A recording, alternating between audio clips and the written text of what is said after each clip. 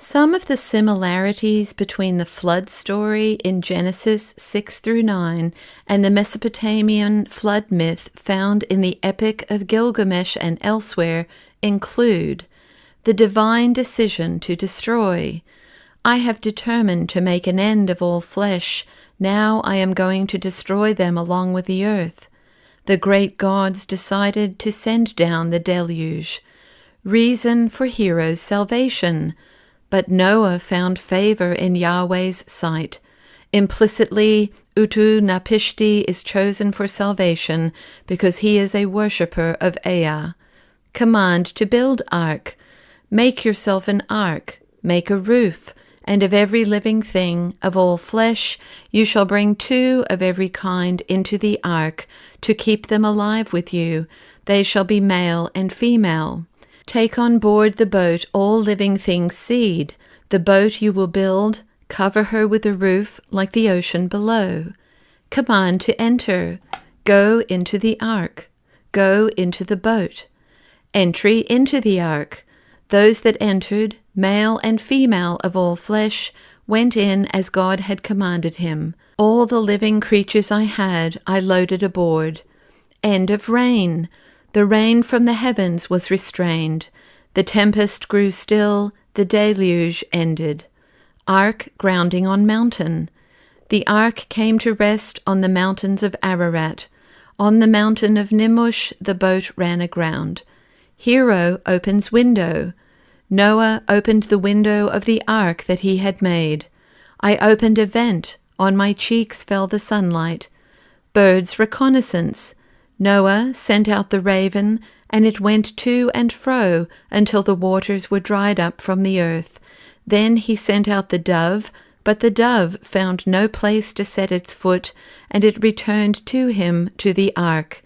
Again he sent out the dove from the ark, and the dove came back to him in the evening, and there in its beak was a freshly plucked olive leaf. Noah sent out the dove, and it did not return to him any more. I brought out a dove, swallow. I let it loose. Off went the dove, swallow, but then it returned. I brought out a raven. I let it loose.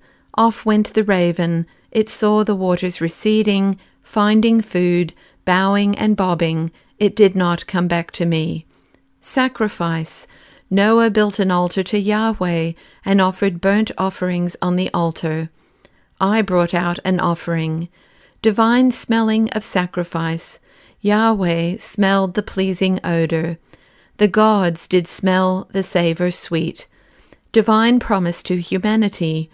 When the bow is in the clouds, I will see it and remember the everlasting covenant between God and every living creature of all flesh that is on the earth. Make me remember these days and never forget them. This correspondence can be explained by understanding how far back into human history flood stories reach and how widely they are distributed. Astoundingly, there are over 300 known accounts of a great flood, some of which, but not all, may have resulted from cultural diffusion from the ancient Near East, Greece, or Rome. The most reasonable explanations for this is that there was either an actual global cataclysm, an impossible yet unimaginable flood, regional flooding, with no archaeological indication of mass deaths caused by flooding in early antiquity, or local flooding.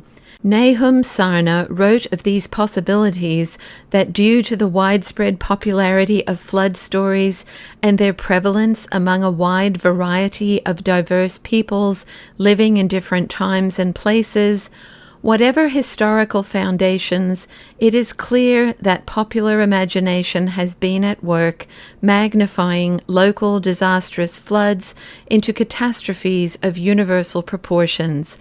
It is important to realize that in spite of the similarities of these various flood accounts, the story functions entirely differently in each case, demonstrating both similarities and differences.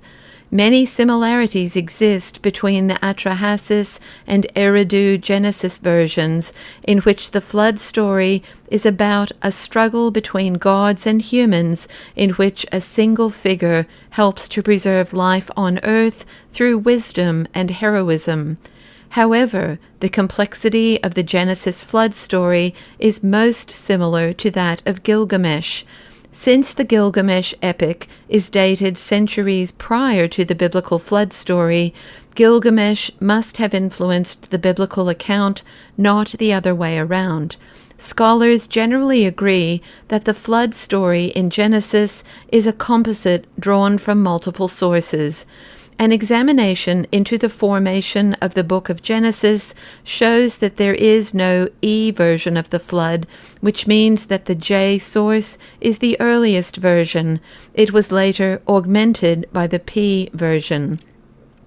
The implications that this might have for the nature of the narrative include the idea that the book of Genesis was written to an audience which was familiar with flood narratives.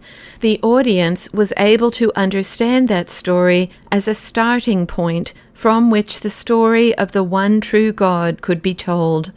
Other accounts wove in strife between multiple gods. Yahweh is presented in the biblical flood narrative as the God who is unlike all others, not fickle or wantonly destructive, but one who is personal and relational, one who is both the creator and sustainer of life, one who is committed to perpetual faithfulness and fruitfulness, and to being present fully with people, his cherished creations made in his image, male and female.